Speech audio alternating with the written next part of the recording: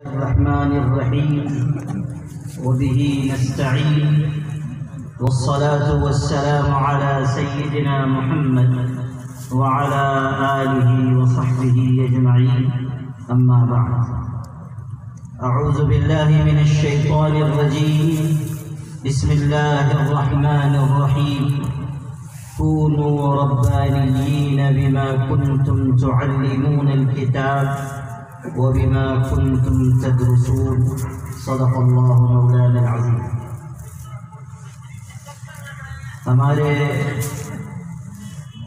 حضرت امیر شریعت نور اللہ مرقدہ کے دونوں فرزندان ارجمندان امیر شریعت برادر مکرم مولانا احمد ولی فیصل رحمانی صاحب اور جناب حامد ولی فہد رحمانی صاحب، اسٹیج پر رونق افروز معزز شخصیات، فارغ ہونے والے طلب عزیز اور آپ تمام قابل احترام بھائی اور بزرگوں،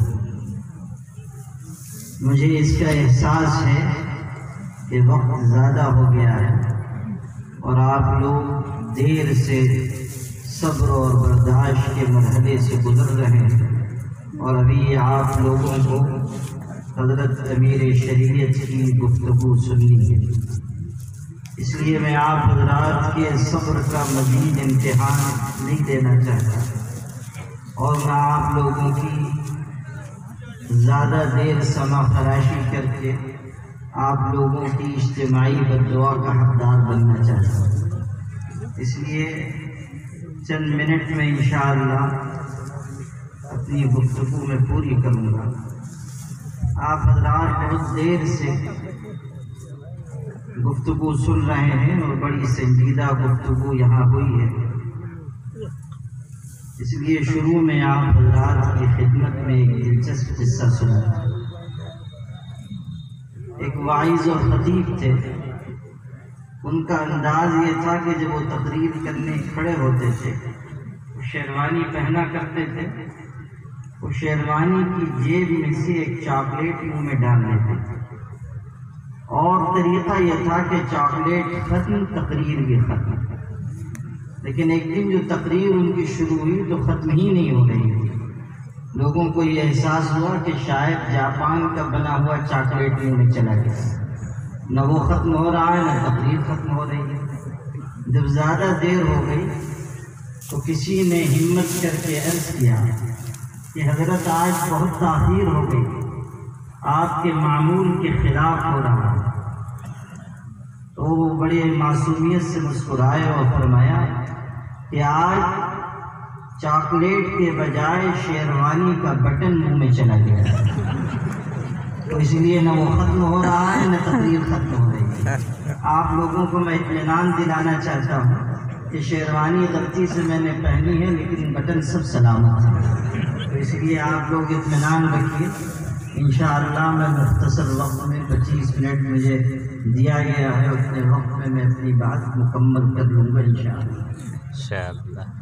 حضرات گرامی، آپ جامعہ رحمانی اور خانقاہ رحمانی کے اجلاس میں آئے ہیں۔ آپ کی یہ بنیادی ذمہ داری ہے کہ آپ یہ سمجھیں کہ مدرسہ کیا ہے۔ یہ بنیادی بات آپ کے ذہن میں رہنی چاہیے کہ مدرسہ کیا ہے۔ یاد رکھیے، مدرسہ اس روئے زمین پر ارادہ الہی کا اظہار ہے۔ مدرسہ دین کی تعلیم اور انسانوں کی تربیت کا بنیادی مرکز ہے۔ مدرسہ انسانوں کو انسان بنانے والا ادارہ ہے۔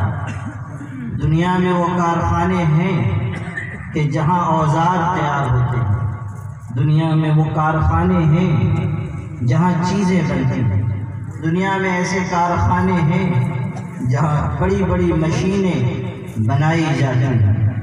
لیکن اگر ساری کائنات میں کوئی ایسا کارخانہ کہیں ہے جہاں انسان ڈھالے جاتے ہوں، جہاں بہترین افراد تیار کیے جاتے ہوں، جہاں علم و عمل کی جامعیت رکھنے والے لوگ بنائے جاتے ہوں، تو وہ صرف ایک ادارہ ہے، ایک کارخانہ ہے، اور اس کا نام ہے مدرسہ۔ یہ مدرسہ ہے تیرا میں کدا نہیں ساقی، یہاں کی خاک سے انسان بنائے جاتے ہیں۔ مدرسوں میں انسانی کردار کی تشکیل ہوتی ہے۔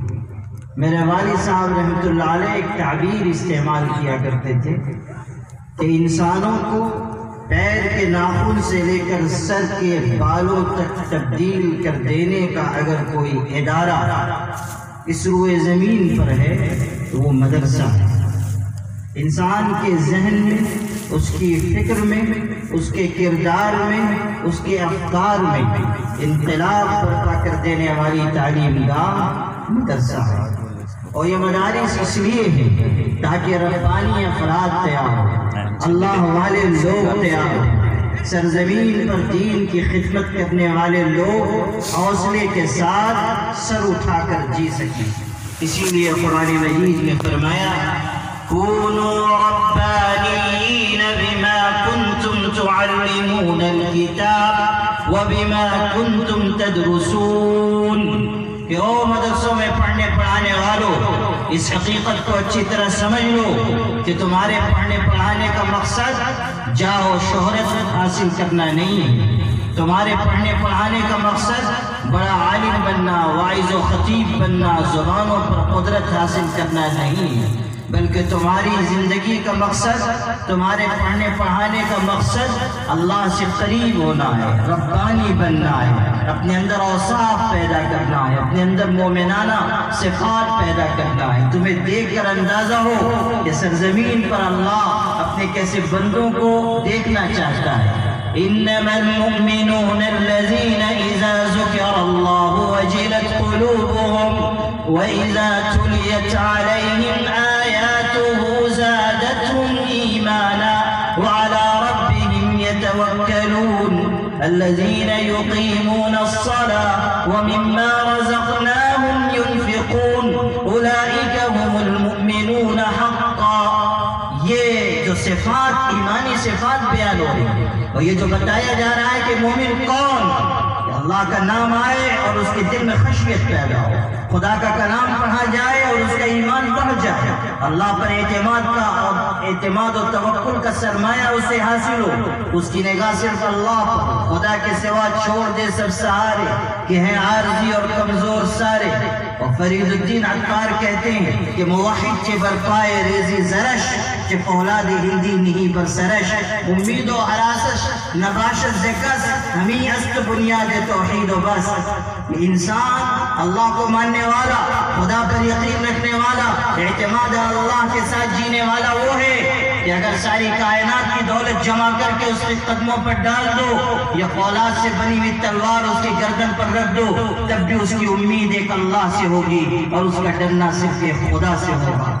نہ اللہ کے علاوہ وہ کسی سے ڈرے گا، اور نہ خدا کے خزانوں کے علاوہ کسی اور چیز کی طرف نگاہ اٹھا کر دیکھے گا، اس لیے کہ اس کی نگاہ میں یہ بات ہے اور اس کے دل پر یہ چیز ثبت ہے کہ ما عندکم ینفد وما عند اللہ باق، جو کچھ تمہارے پاس ہے مل جانے کے لیے، تمہاری شہرت، تمہاری دولت، تمہاری اولاد، تمہاری شخصیت، تمہارے متاع اور تمہارے اسباب اور تمہارے ساز و سامان اور تمہارے محلات اور تمہارے بنگلے اور کوٹھیاں اور تمہارے لباس اور تمہاری تمام آسائشیں، آرائشیں، یہ سب مٹ جانے والی، باقی رہنے والی چیز وہ ہے جو اللہ کے پاس ہے۔ کل من علیہا فان ویبقى وجہ ربک ذو الجلال والاکرام۔ روئے زمین پر جو جاندار ہے اس پر فنا آنے والی ہے، موت آنے والی ہے، ایک دن اس کو دم توڑنا ہے۔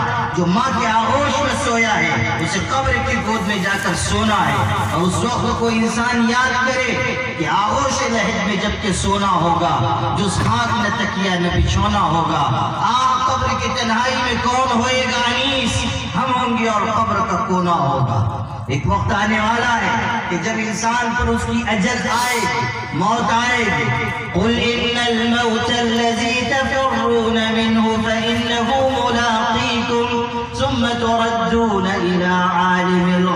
والشهادة فينبئكم بما كنتم تعملون.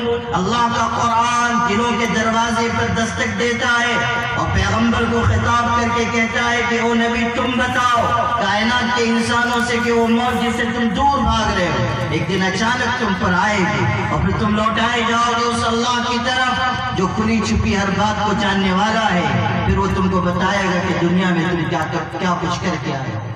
میرے بھائیوں، مدرسے کا مقصد، پڑھنے پڑھانے کا مقصد صرف ایک اور وہ ہے اللہ والا بننا، ایمانی صفات اپنے اندر پیدا کرنا. یہ فارغین، یہ حفاظ، یہ علماء ہماری اس حقیقت کو ذہن میں تازہ کرنے کہ ان کا مقصد زندگی بس ایک ہے اور وہ بندگی ہے، وہ خشیت الہی کا حصول ہے، وہ اللہ کے لیے جینا ہے، وہ ملت کی تعمیر کی اور سربلندی کی فکر کرنا ہے.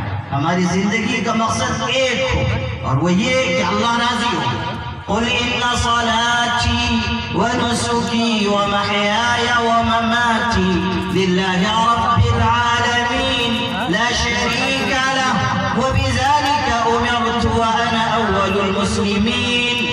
یہ ہے زندگانی کا مقصد کہ نماز، روزہ، حج، زکوٰۃ، جینا، مرنا، جاگنا، سونا، اٹھنا، بیٹھنا، چلنا پھرنا، نظام زندگی، نظام معاشرت، معاملات، عقائد، سب ایک اللہ کی رضامندی کے لیے ہو. لا شریک لہ، جس کا کوئی شریک و صحیح نہیں، جس کا کوئی مثیل نہیں، جس کا ہمسر اور برابر کوئی نہیں.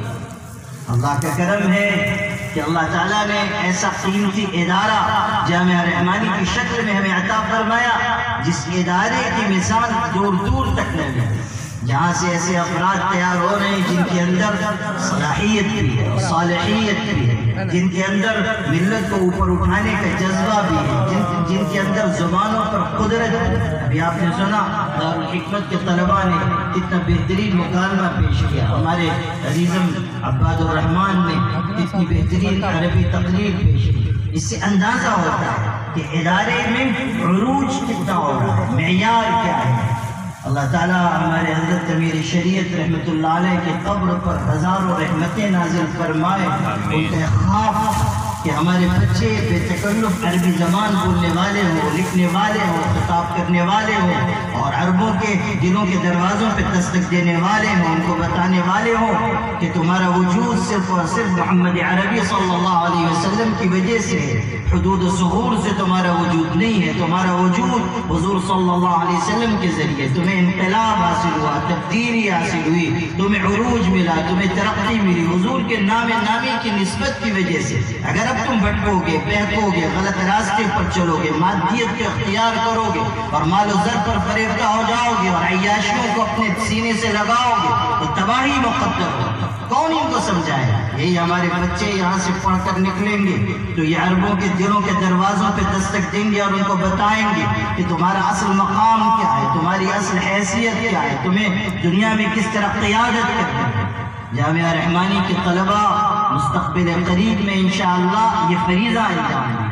یہ عربی زبان اس لیے نہیں سیکھ رہے ہیں کہ اچھی ملازمتیں حاصل کریں، یہ عربی زبان اس لیے نہیں سیکھ رہے ہیں کہ دنیا میں تعریفوں کے پل ان کے لیے باندھے جائیں. یہ اس لیے سیکھ رہے ہیں تاکہ فریضہ دعوت کو پورا کریں، تاکہ فریضہ خیر امت انجام دے سکے. ہمارے برادر مکرم مولانا احمد ولی فیصل رحمانی تہنیت و تبریک کے حقدار ہیں کہ بہت ہی جانفشانی سے، بہت ہی محنت سے انہوں نے دارالحکمت کو آگے بڑھایا ہے، اس کو چمکایا ہے، اس کو سنوارا ہے، اپنے خون جگر سے اس کو سینچا ہے. اور ہم یہ کہہ سکتے ہیں کہ ہم نے شاخوں پہ اپنا لہو چھڑکا تھا. پھول اگر اب بھی نہ کھلتے تو قیامت بنتے. یہ جو پھول کھلے ہیں یہ جافشانی اور محنت اور جد و جہد کا نتیجہ ہے اور انشاءاللہ یہ دارالحکمت اور آگے بڑھے گا اور جامعہ رحمانی کی جو ترقیات ہے اسے زمانہ چشم سر سے دیکھے. الحمدللہ جامعہ رحمانی کو بڑے عزائم کے ساتھ آگے بڑھایا جا رہا ہے. اور یہ خوشخبری آپ کو یہ بھی سنانی ہے کہ اب جامعہ رحمانی میں انشاءاللہ آنے والے شوال سے، نئے تعلیمی سال سے تخصص فی الافتاء کا بھی افتتاح ہوگا، آغاز ہوگا. اور ایک بہترین نصاب بنایا گیا ہے، ایک بہترین نظام بنایا گیا ہے کہ 2 سال تک بہترین فضلاء کو رکھ کر ان کو تربیت دی جائے اور ان کے اندر افتاء کی صلاحیت پیدا کی جائے، وہ بہترین مفتی بنے. یہ جو آج کل سلسلہ ہے کہ کچھ ایسے حضرات نکل رہے ہیں کہ جو صرف فتوے نقل کرنے والے ہیں، ان کے اندر افتاء کی صلاحیت نہیں ہے، ان کے اندر استعداد نہیں ہے، ان کے اندر استنباط اور استنتاج کا ملکہ نہیں ہے، اس کے پیش نظر ایک ایسی کوشش کی جا رہی ہے اور جامعہ رحمانی میں بہترین نظام کے ساتھ تخصص فی الافتاء کا انشاءاللہ آغاز ہونے جا رہا ہے، جس کے ذریعے بہترین مفتی امت مسلمہ کو ملی، بہترین مفتی ملت اسلامیہ ہندیہ کو فراہم۔ تخصص فی الافتاء کا جو نظام میں نے دیکھا، جو نصاب دیکھا، جو اس کی معلومات ملی، جو اس کے عزائم معلوم ہوئے، وہ اتنے خوشگون ہیں کہ مجھے بے ساختہ دل چاہتا تھا کہ آپ کو یہ خوشخبری سناؤں، اور انشاءاللہ اللہ کی ذات سے امید ہے کہ یہ شعبہ ترقی کرے گا اور تخصص فی الافتاء بھی جامعہ رحمانی کی ایک امتیازی شان کا حامل بنے گا۔ اللہ پاک نظر بد سے حفاظت فرمائے اور اس ادارے کو ترقی عطا فرمائے۔ آپ کی ذمہ داری ہے، آپ ادارے کے ساتھ کھڑے رہیں، آپ ادارے کا تعاون کریں، آپ ادارے کے دست و بازو بنیں، آپ ادارے کے لیے جان و مال پیش کریں۔ قرآن کہہ رہا ہے وَأَنفِقُوا مِمَّا رَزَقْنَاكُمْ مِنْ قَبْلِ أَنْ يَأْتِيَ أَحَدَكُمُ الْمَوْتُ فَيَقُولَ رَبِّ لَوْلَا أَخَّرْتَنِي إِلَىٰ أَجَلٍ قَرِيبٍ فَأَصَّدَّقَ وَأَكُن مِّنَ الصَّالِحِينَ۔ ارشاد ہو رہا ہے اللہ کے راستے میں خرچ کرو اس سے پہلے کہ موت کا وقت آ جائے، پھر اس وقت مہلت مانگو کہ ذرا مہلت مل جاتی تو خرچ کر دیتا، صدقہ خیرات کر دیتا۔ قرآن کہہ رہا ہے لن يؤخر الله نفسا اذا جاء اجلها والله خبير بما تعملون۔ موت کا وقت آ جائے گا، پھر آگے پیچھے نہیں ہوگا، کوئی مہلت نہیں ملے گی، کوئی فرصت نہیں دی جائے گی، کوئی گنجائش عمل نہیں ہوگی، بس وقت آ گیا، دنیا سے جانا ہے۔ اس سے پہلے اپنی جان مال اپنا وقت اچھے مصرف میں استعمال کیجیے تاکہ آخرت کا توشہ تیار ہو۔ بہت سے لوگ ہیں کہ جب مال کے خرچ کرنے کی بات کہی جاتی ہے تو بیچارے پس و پیش میں پڑ جاتے ہیں۔ کچھ ایسے لوگ بھی ہیں کہ جب ان کے پاس لوگ جاتے ہیں، مدرسے کے سفیر جاتے ہیں اور بات کرتے ہیں کہ مدرسے میں یہ ضرورت ہے، اچھے خاصے کھاتے پیتے لوگ ہیں، لیکن جب ضرورت پیش کی جاتی ہے تو بیچارے اپنی پریشانی اتنی بیان کرنے لگ جاتے ہیں کہ وہ مدرسے کا سفیر سوچتا ہے کہ کاش میرے پاس پیسہ ہوتا تو انہی کو دے دیتا۔ زکوٰۃ کے سب سے بڑے مستحق تو یہی معلوم ہوتا ہے۔ یہ جو کنجوسی ہم لوگوں کے اندر گھس آتی ہے، جس کے بارے میں قرآن مجید میں مذمت کے الفاظ آئے ہیں، یہ صحیح چیز نہیں۔ آج الحمدللہ ہمارے حضرت رحمۃ اللہ علیہ کی یادگار کے طور پر ایک عمارت کی بنیاد بھی رکھی گئی اور انشاءاللہ وہ عمارت بھی جلد از جلد تعمیر ہوگی، اس میں بھی ہم سب کو حصہ لینا چاہیے اور ادارے کے لیے بھی ہمیں آگے بڑھنا چاہیے۔ میرے بھائیوں، یہ جامعہ اور خانقاہ رحمانی صرف دینی تعلیم کے ادارے نہیں ہیں، یہ تربیت کے ادارے ہیں۔ یہاں قلب کی تعمیر ہوتی ہے، یہاں لوگوں کے ذہن بدلے جاتے ہیں، یہاں اللہ اللہ سکھایا جاتا ہے۔ ہندوستان کا وہ عظیم ادارہ ہے جو علم و عمل کا جامع ہے، ایک طرف جامعہ رحمانی ہے، دوسری طرف خانقاہ ہے، ایک طرف دین کا علم سکھایا جا رہا ہے، دوسری طرف اللہ اللہ کی ضربیں لگوائی جا رہی ہیں اور دل کی دنیا کی تعمیر کی جا رہی ہے۔ قرآن مجید کہہ رہا ہے یوم لا ينفع مال ولا بنون الا من اتى الله بقلب سلیم۔ قیامت کے دن نہ مال کام آئے گا نہ بیٹے، بس وہ کامیاب ہوں گے جو سجا سورا دل لے کر جائیں گے، صاف ستھرا دل، پاکیزہ دل۔ اس پاکیزہ دل کی تعمیر اللہ والوں کی صحبت پہ ہوتی ہے، اللہ والوں کے فیضان نظر سے انسان کے دل کی دنیا بدلتی ہے، نہ کتابوں سے، نوازوں سے، نظر سے پیدا دین ہوتا ہے، بزرگوں کی نظر سے پیدا۔ اور اخبار جو مشرق مغرب سب ڈھونڈ چکے تھے اور علوم کے سمندر کھگال چکے تھے، انہوں نے کہا تھا خیرت کے پاس خبر کے سوا کچھ بھی نہیں، تیرا علاج نظر کے سوا کچھ بھی نہیں۔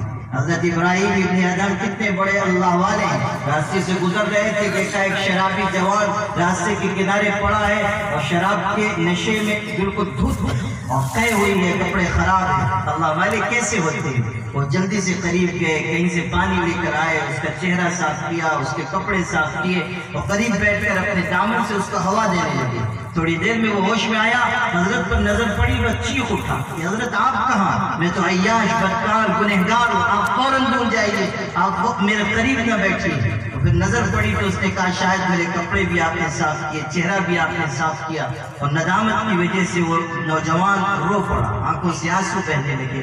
حضرت ابراہیم ابن ادھم نے اس کو آگے بڑھ کے سینے سے لگا لیا اور تسلی دینے لگے کہ بیٹا توبہ کرو گے، اللہ تم کو بھی آگے بڑھائے گا، اپنی دوستی کا مقام دے گا۔ بس اتنے میں اللہ تعالیٰ کی طرف سے القاء ہوا، الہام ہوا حضرت ابراہیم ابن ادھم کو، اور کہا گیا کہ ابراہیم جو جوان تیرے سینے سے لگا ہوا ہے، ہم نے اس کو اس زمانے کے اولیاء میں شامل کیا، ہم نے اس کو اپنا دوست بنایا۔ ان کو بڑی حیرت ہوئی، اللہ تعالیٰ سے عرض کیا کہ اللہ تعالیٰ آپ جس کو جو چاہیں عطا کریں، لیکن ابھی تو اس کی توبہ بھی مکمل نہیں ہوئی، آپ نے کیسے اس کو یہ مقام عطا کیا، آپ کو کون سی ادا پسند آئی؟ تو اللہ تعالیٰ کی طرف سے جواب ملا، اور کیسا خوبصورت جواب، ارشاد ہوا غسلت وجهه لأجری فغسلت قلبه لأجرک، کہ تو نے میری محبت میں اس جوان کا چہرہ صاف کیا، میں نے تیری محبت میں اس کا دل صاف کیا، میں نے تیری محبت میں اس کے دل کو نور عطا کر دیا۔ یہ اللہ والوں کی صحبت کی تاثیر ہے، یہ ان سے جڑنے کا نتیجہ ہے۔ ہم لوگوں کو بھی جو ٹوٹی پھوٹی کچھ چیزیں حاصل ہوئی ہیں، وہ سب ہمارے حضرت امیر شریعت رحمۃ اللہ علیہ کی قدموں کی برکت ہے، ان کا فیضان صحبت ہے۔ آج یہ بھرا پورا اجلاس ہے، اتنے سارے علماء حاضر ہیں، خانقاہ کا یہ سالانہ اجتماع ہے، لیکن ان ساری رونقوں کے باوجود آج ہر شے میں کسی شے کی کمی محسوس ہو رہی ہے، اور ہمارے حضرت رحمۃ اللہ علیہ کا نہ ہونا ہم سب کے دلوں کو رنجیدہ کر رہا ہے۔ برسوں سے یہ معمول تھا کہ یہ حقیر تقریر کرتا ہوتا تھا، اور اسی دوران حضرت رحمۃ اللہ علیہ تشریف لاتے تھے، اور ان کے نورانی چہرے سے ہم لوگ فیض و برکت حاصل کرتے تھے۔ مگر آج وہ اللہ کی جوار رحمت میں پورا ملک ان کی کمی کو محسوس کر رہا ہے۔ ایسا مرد حق، مرد درویش، خدا کی بارگاہ میں راتوں کو اٹھ کر رونے والا، اور ملت کی سربلندی کے لیے اپنا خون جگر دینے والا اب کہاں ہم کو نظر آئے گا؟ وفي الليلة الظلماء يفتقد البدر، جب رات اندھیری اور گہری تاریکی والی ہو جاتی ہے تو 14ویں رات کے چاند کی تلاش ہوتی ہے۔ آج پوری ملت اسلامیہ ہندیہ اپنے اس عظیم قائد سے محروم ہو کر اپنے آپ کو یتیم محسوس کر رہی ہے، اور ہم سب جنہوں نے ان کی انگلی پکڑ کر چلنا سیکھا اپنے آپ کو یتیم اور لاوارث محسوس کر رہے ہیں۔ اللہ تعالیٰ اپنے فضل و کرم سے ہمارے حضرت رحمۃ اللہ علیہ کی قبر کو جنت کا باغ بنا دے، اور اللہ تعالیٰ ان کی خدمات جلیلہ کو بے انتہا قبول فرمائے، اور ان کے فرزندان کو اللہ تعالیٰ استقامت، نیک ہدایت اور ملک و ملت کی تعمیر و تشکیل کا موقع نصیب فرمائے۔